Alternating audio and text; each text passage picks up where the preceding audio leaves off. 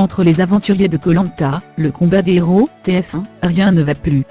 Après trahison, mensonge et traîtrise, certains ne s'entendent plus. Pascal, lynché après l'élimination inattendue de Yacine et Alban, se retrouve presque seul contre tous. Une situation qui touche forcément Denis Brognard, animateur du programme. Bien sûr que ça m'attriste, assure-t-il à nos confrères de Télé Loisirs.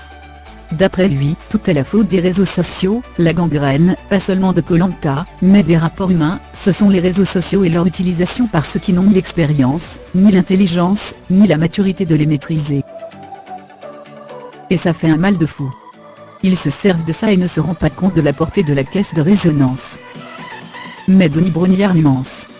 Lorsqu'il a annoncé l'annulation de la prochaine saison de Koh Lanta, il a été surpris par le nombre de messages bienveillants. Je n'ai reçu aucun commentaire négatif. Alors que d'habitude il y a toujours des abrutis pour commenter et dire des trucs négatifs, lance-t-il. Enfin, l'animateur de 50 ans tient à calmer le jeu entre les aventuriers de cette édition All-Star. Je regrette ce qu'il se passe, les gens sont bien meilleurs que ce qu'on dit d'aujourd'hui, dans un camp comme dans l'autre.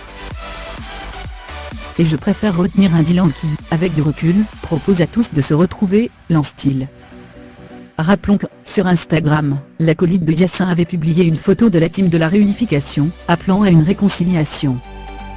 Malgré les tensions, les trahisons, les coups bas et j'en passe, on tenait à vous dire que peu importe l'âge, 23 ans, 30 ans, ou même 50 ans. Cette aventure a été l'une des plus belles expériences de notre vie. Nous voulons tirer un grand trait sur toutes ces différences et discordes entre nous, car nous désirons ne garder que le meilleur de cette aventure exceptionnelle, avait-il écrit.